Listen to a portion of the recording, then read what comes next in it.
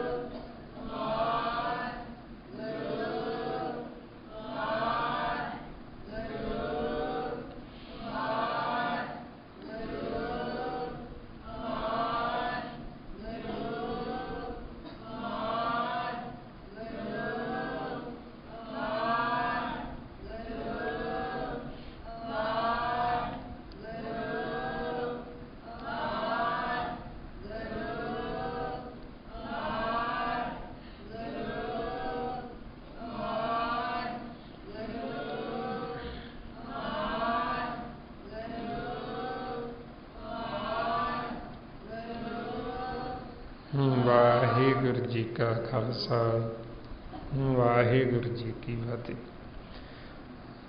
ਇਸ ਤਰੀਕੇ ਨਾਲ ਕਰੋ ਕਿ ਜਦੋਂ ਆਪਾਂ ਇਹ ਲਗਾਤਾਰ ਅਭਿਆਸ ਕਰਦੇ ਹਾਂ, ਜਿਉਂ-ਜਿਉਂ ਆਪਾਂ ਅਭਿਆਸ ਕਰਾਂਗੇ ਆਪਣਾ ਮਨ ਵਿਚਾਰਾਂ ਤੋਂ ਫੁਰਨਿਆਂ ਤੋਂ ਰਹਿਤ ਹੋਏਗਾ, ਫਿਰ ਹੀ ਅਸੀਂ ਆਪਦੇ ਘਰ ਜਾ ਸਕਦੇ ਹਾਂ।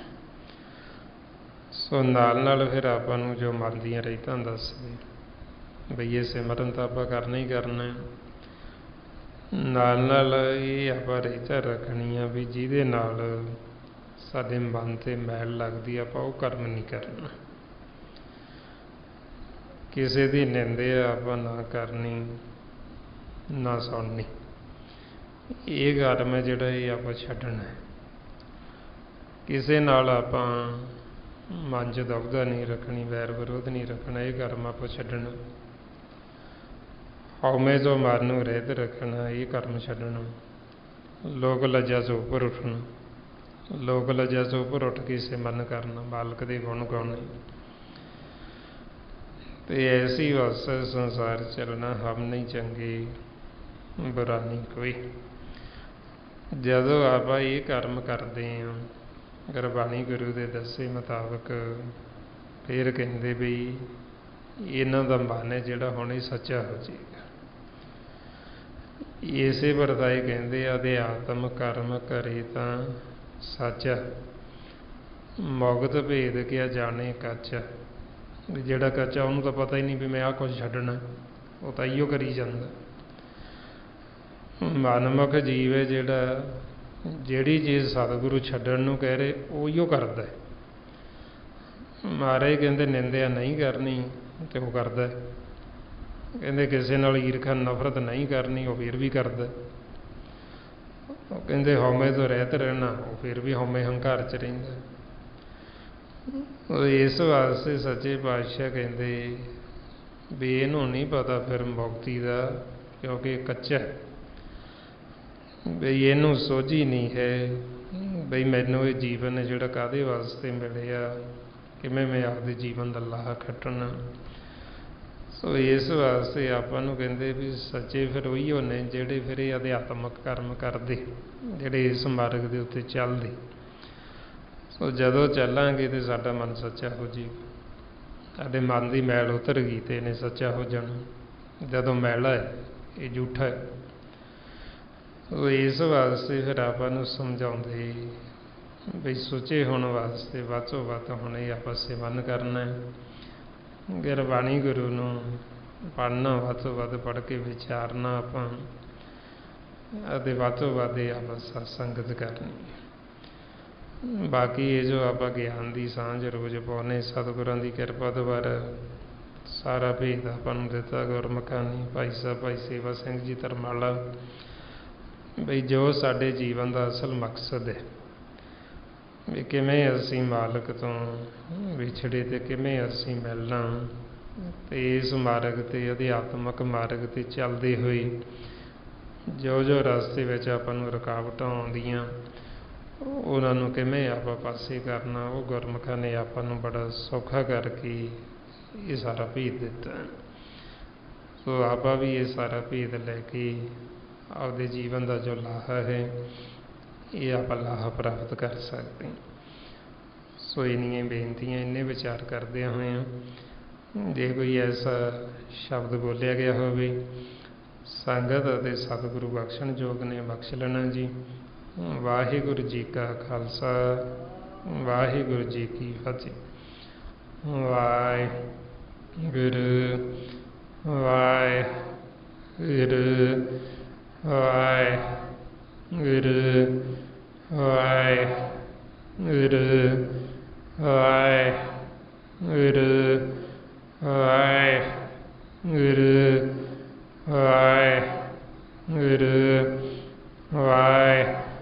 ਵਾਹਿਗੁਰੂ ਵਾਹਿਗੁਰੂ ਵਾਹਿਗੁਰੂ ਵਾਹਿਗੁਰੂ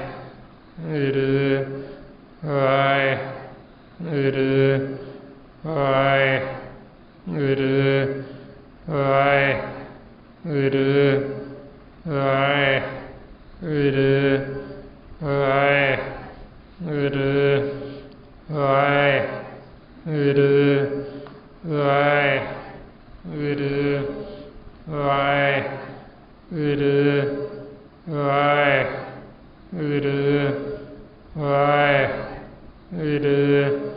ਵਾਹਿਗੁਰੂ ਵਾਹਿਗੁਰੂ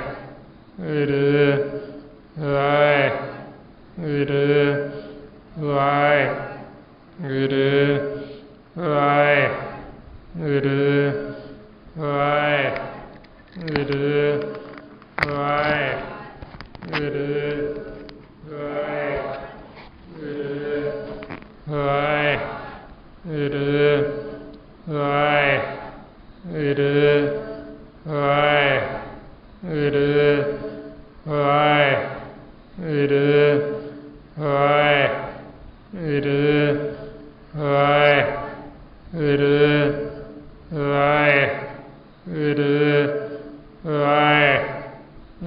ਵਾਹਿਗੁਰੂ ਵਾਹਿਗੁਰੂ ਵਾਹਿਗੁਰੂ ਵਾਹਿਗੁਰੂ